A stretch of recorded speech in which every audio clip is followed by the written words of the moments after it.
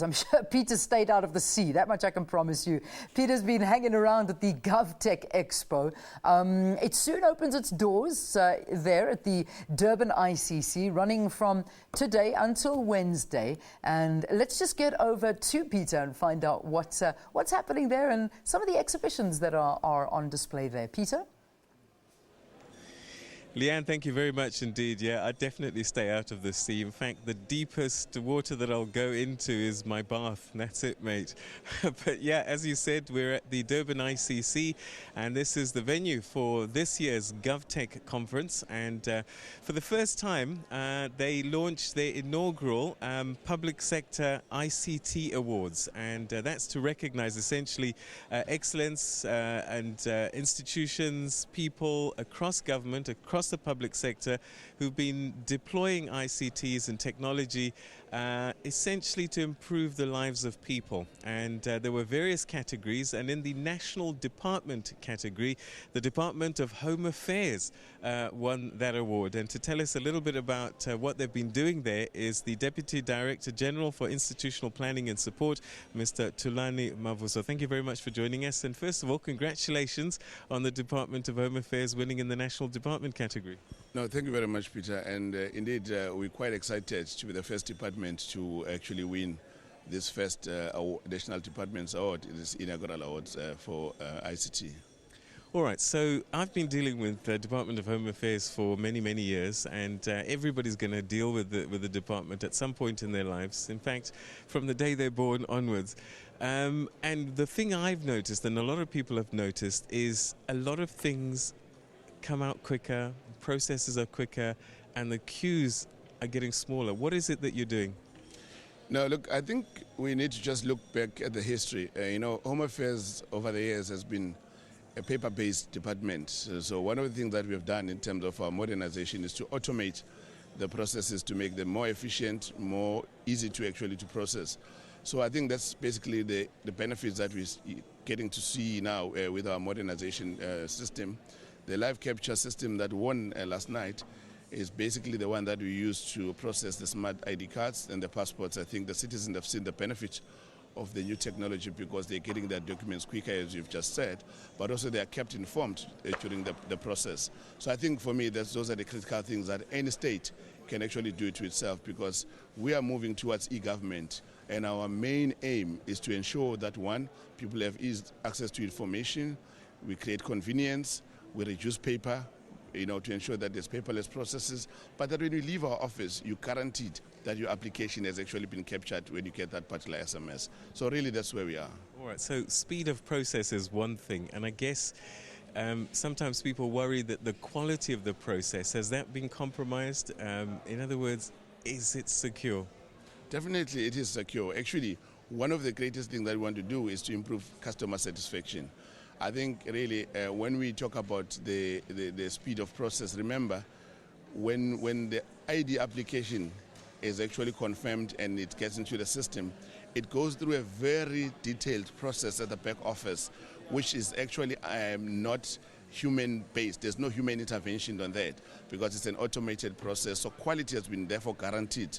That's why the product that we actually deliver is actually of international standards. We have worked with different partners internationally to ensure that actually we meet the international standards. If you look at our passport, the quality of the passport is one of the best ranked passport in the world, including our smart ID card with all the security features. So really, in a sense, nothing has been compromised in terms of the quality of the product that we produce. So tell us about this e-capture process that you've developed. What is unique about it and I guess innovative about it?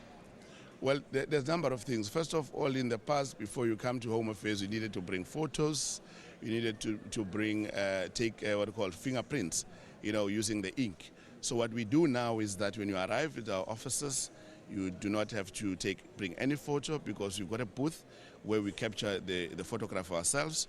The reason for that is to ensure that the profile of the individual is directly linked with the photo to ensure that you avoid the question of having applied for an ID, then a different face comes through, because in the past you'd find that actually the photograph will fall off the application, and then when you put it back, and then you have a situation where a wrong picture is attached to a wrong application form. So that is actually a thing of the past. Secondly, I think when we take the fingerprints, we use the scanners in order to scan the fingerprints. In the past, obviously, you have to live with your dirty hands and things like that. So those are the kind of things that actually we're modernizing. As we modernize, we're saying that let's move towards the technology of the future. But I think what is more critical for us is to secure the data of our citizens, because remember, any state without a secured identity application process is actually compromised, because you'll not be able to have free and fair elections if your national population register is not secured and is contaminated. So we are working towards that to ensure also that every South African that is living in this country, we've got their biometric details, we've got their biographic details. These include obviously their photos and things like that. So really, we're quite excited, but we're still modifying. We're also partnering with different, role players. We are going to be partnering with the banks, as we have announced, ministers announced. We're working now currently on the pilot. Once we conclude the pilot, obviously we'll move towards the full implementation. All right, so e-governance is another big sort of a word that we're using at the moment. And just explain to our viewers what that means. Does that mean government will be running government online? Yes, e-governance, we're talking about electronic governance. I think what we're looking forward to actually is us as Home Affairs to be at the center of e-government. In other words, we're looking at a four-dimensional process where we're able to share data with various partners, whether it's a government to government, or whether it's government to private, or whether it's government to public, or public to public. So it's a four-dimensional process.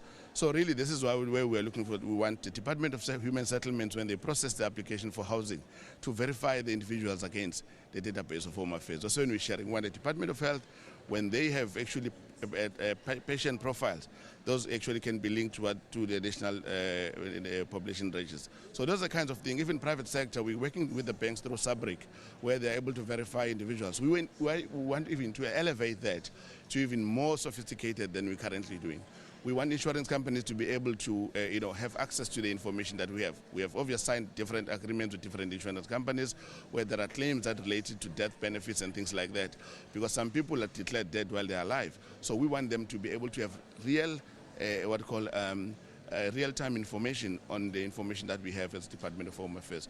So really, I think that's the e-government that we're talking about, that we need to be able to actually be a center of supplying information to public institutions, the private sector, and even individuals themselves.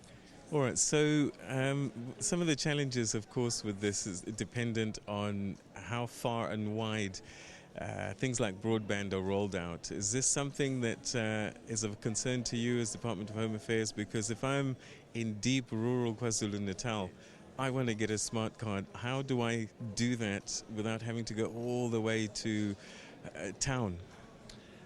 Actually, that's a very critical point that you're raising, and I'm glad that today we're here at this GovTech conference, where there's a lot of these service providers and solution providers who must debate these issues, because we want to do exactly that a remote area should be able to have broadband access. Because remember, the current technology that we're busy developing, it's going to be bandwidth heavy.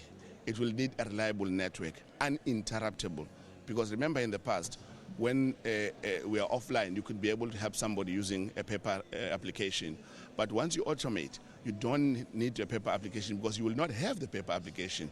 So in other words, you must tend the client. So we don't want that. We want to be able to get reliable broadband access with sufficient bandwidth, uninterruptible network in deep rural areas. So really, we're calling on our partners. We're calling obviously, role players in the public sector, role players in the private sector, to work with us to actually, to say a Home Affairs office in Kunu should be able to process, without any problems of data connection. Currently, we do have a lot of challenges in those areas. We have our mobile trucks with VSET that connects, with our systems. But I think we want local offices to be able to have actually proper network that will not be interruptible. So really, that's the future that we're working towards, to connect the entire country. So really, we call upon the private players to come on board on that. All right, and that's where we're going to have to leave it, unfortunately. Deputy Director General, Institutional Planning and Support, Mr. Tulani Mavuso. Once again, congratulations on being the inaugural winner of the National Department winners at the State Information Technology Agency Public Sector Awards. Thank you very much. I think just the last point for me is to thank our Minister. I think he has been hard at work, giving us a direction with the Deputy Minister and our Director General. He's one man who does not sleep and he keeps on pushing us, and we'd like to thank all of them really for inspiring us and the team that is working on the smart card project. All right, thank you very much indeed, and congratulations once again. Okay, so that's where we're going to leave it from the Durban ICC. I'm sure during the course of the day you'll get a chance to see a little bit more about what's happening on the sidelines of the conference taking place in the main plenary area. This is the expo area where a lot of service providers and a lot of people involved in delivering ICTs are going to be sort of displaying their wares to government. But you'll get more on those details during the course of the day, I have no doubt. But from us, it's good morning to you and have a great day, everybody. Bye-bye.